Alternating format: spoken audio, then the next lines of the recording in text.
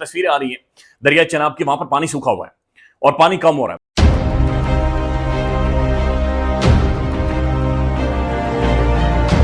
अब भारत ने बगलियार डैम बंद करके दरियाए चनाब के अंदर पानी का अचानक ऑब्वियसली रोका तो है।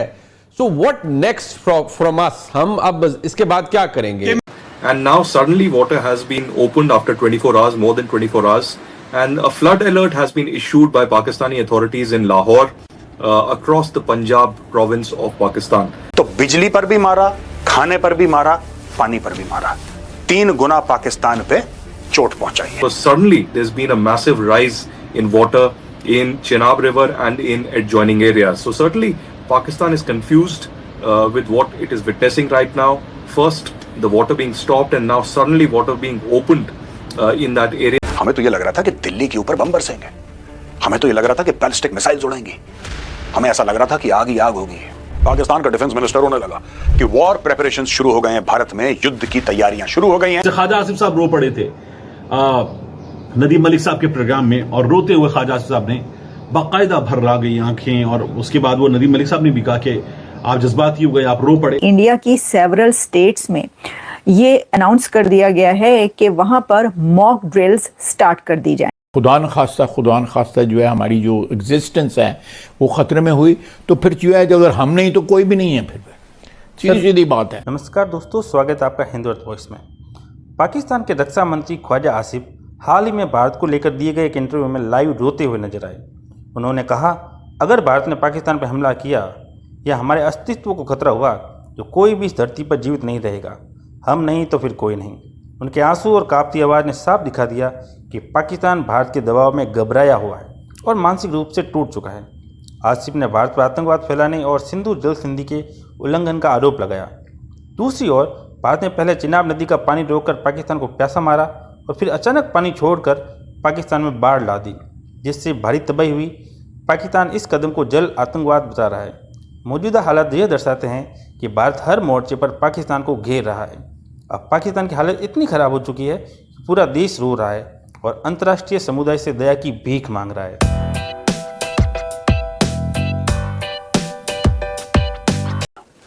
ये रोने लगे भाई साहब। इसकी कहानी भी मैं आपको सुनाऊंगा।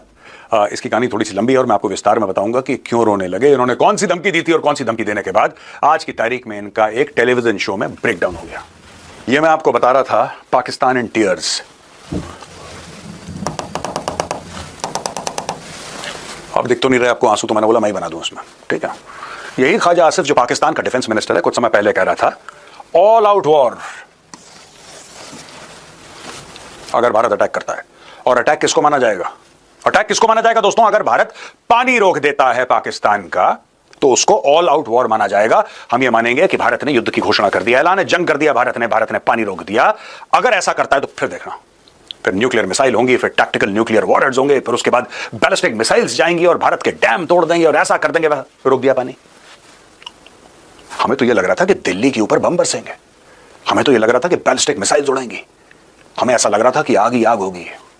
रोने लगा, लड़ाई शुरू नहीं हुई, रोने लगा। पाकिस्तान का डिफेंस मिनिस्टर रोने लगा। आवाज भरा इसकी, आंखें नम पड़ गई इसकी, और अब इसको ये पता नहीं लग रहा कि मैं करूं क्या। ये मिमियाने लगा टेलीविजन पे। अब ये आपको वीडियो अगर कहीं मिल जाए जरूर देखिएगा। जो लोग भारतवासी जो दुबई में बैठे हैं, यूके में बैठे हैं, हमारा तो एक्सेस नहीं है, यहाँ पे ब्लॉक हो गया, बट आप जरूर इसको देखिएगा, बड़ा मजा आएगा आपको देख। तो वहां पे रूस ने मोदी जी को बोल दिया है कि मोदी जी जाओ ठोको। साफ सीधी बात है, ये सब इंग्लिश है। बाकी ये जो पूरा लिखा है ना, ये इंग्लिश है। इसका निचोड़ क्या है? निचोड़ ये है कि जाओ ठोको, घसीटना ज्यादा, मारना कम, जलील और बेइज्जत करो, पाकिस्तान को रगड़ दो। ये देखो, अब ये जो मैंने बोला ना कि जलील करो, बेइज्जत करो, रगड़ दो, अब इसकी इंग्लिश क्या है? इंग्लिश सुन लो पहले इसकी आप। President Putin called PM Narendra Modi and strongly condemned the terror attack in Pahalgam, India. He conveyed deepest condolences on the loss of innocent lives and expressed full support to India in the fight against terrorism. हो गया जी? Full support. He emphasized that the perpetrators of the heinous attack and their supporters must be brought to justice. यही line तो भारत बोल रहा था कि जो आतंकवादी हैं उनके आका हैं, दोनों को ठोकना जरूरी है। यही रशिया ने कर दिया। मैं मिटा के आपको दिखा देता हूं एक बार कि आपको क्लियरली दिख जाए। ये देखिए साहब, पहले ये देखिए, full support terrorism. He emphasized that the perpetrators of the heinous attack and their supporters must be brought to justice. Both leaders reiterated their commitment to further deepen special and privileged strategic partnership, conveyed greetings to President Putin on celebration of the 80th anniversary of Victory Day. उनको जाना था, he was the chief guest, Modi ji, वो नहीं जा पाए, आप जानते हैं क्या हालात हैं। फिर उसके बाद ये बात हुई, मीडिया में आई कि डिफेंस मिनिस्टर राजनाथ सिंह जी जाएंगे वहां पे, उन्होंने भी अपना प्लान कैंसिल कर दिया, बिकॉज आप जानते हैं क्या तैयारियां भारत में चल रही हैं, किससे ढकी छुपी बात नहीं है। Russian president Vladimir Putin accepted the invitation for annual India Russia summit later this year. इस साल के एंड में दोनों का समिट। अब मुझे ऐसा लगता है कि भारत को ना, देखिए दोस्तों, एक छोटी सी मैं आपको बात बताता हूं इसके पहले कि मैं दूसरी स्लाइड पे जाऊं या अगली स्लाइड पे जाऊं। देखिए, आप लोग कहते हैं साहब आप अमेरिका पे भरोसा नहीं कर सकते, मैं आपको 100 बार बोल चुका हूं, अमेरिका पे भरोसा नहीं कर सकते, चीन पे तो बिल्कुल नहीं कर सकते। लेकिन अगर लड़ाई होती है, अगर टू फ्रंट वॉर होता है, तो मैं आपको आज बता रहा हूं, आपके 2-3 एलाइज हैं जो आपके साथ खड़े रहेंगे, चाहे कुछ हो, वो खड़े रहेंगे। मैं आपको उनके नाम भी बता देता हूं। एक है रशिया, एक है इजराइल, एक है फ्रांस। ये आपके दोस्त हैं, अपने दोस्त पहचान लीजिए। ये वर्सेस यूएस, चाइना। यूएस भी उतना ही खतरनाक है जितना चाइना है, और जिसको ये गलतफहमी है कि ट्रंप ये चाहता है कि दुनिया भर की मैन्युफैक्चरिंग चाइना से भारत में आए, सॉरी सर, ये ख्वाबों की दुनिया से आप निकालिए। ट्रंप ये भी नहीं चाहता, ट्रंप को एक आंख नहीं सुहाता भारत।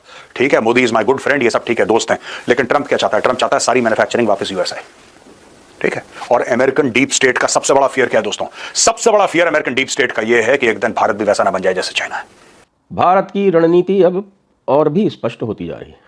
भारत की रणनीति में स्पष्टता इस बात से बिल्कुल आ गई है अब देखने से कि जो पाकिस्तान की स्ट्रेटजी थी कि वो लो इंटेंसिटी कॉन्फ्लिक्ट से भारत को ब्लीड करता रहेगा, उसके उत्तर में भारत ने एक long term deep intensity conflict की स्ट्रेटजी बना ली है। और वो डीप इंटेंसिटी कॉन्फ्लिक्ट जो है वो आपको दिख रहा है।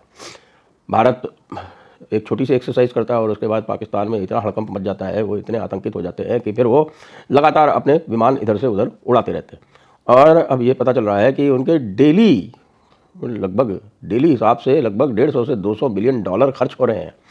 और डेली अगर 150-200 मिलियन डॉलर खर्च हो गए तो भाई क्या होगा, 30 दिन के अंदर तो ये 30 दिन के अंदर तो ये 2-3 बिलियन डॉलर पहुंच जाएगा। इतना खर्चा तो बर्दाश्त नहीं कर सकता पाकिस्तान, क्योंकि पाकिस्तान का टोटल जो अभी आया है रिज़र्व, वो बता रहे हैं कि 14 बिलियन डॉलर से कम है थोड़ा सा। इसलिए वो समझ नहीं पा रहे हैं कि उनको क्या करना है। उधर से भारत ने अरब सागर में भी अपना बेड़ा उतार दिया है, तो फिर उधर भी कुछ करना पड़ रहा है। चारों तरफ से समस्या ही समस्याएं हैं। और ऊपर से देखिए बताया जा रहा है कि जो फाइनेंशियल सेक्टर है वो कोलैप्स होने जा रहा है। देखिए 29 तारीख को ये स्टेट बैंक ऑफ पाकिस्तान को ये निर्देश दिए गए थे कि आप किसी को भी प्रतिदिन एटीएम से 5000 पाकिस्तानी रुपीस से ज़्यादा कैश ना निकालने दें। और जो टोटल और जो विड्रॉल है उसकी जो लिमिट थी वो मेरे ख्याल से कोई 20,000 रुपये, और ये कहा गया था कि भाई 3 दिन ही कैश विड्रॉल होंगे। इसी के साथ साथ पाकिस्तान ने अपने जनता को यह निर्देश जारी करे हैं कि भाई आपको 3 महीने का राशन का स्टॉक रखना है।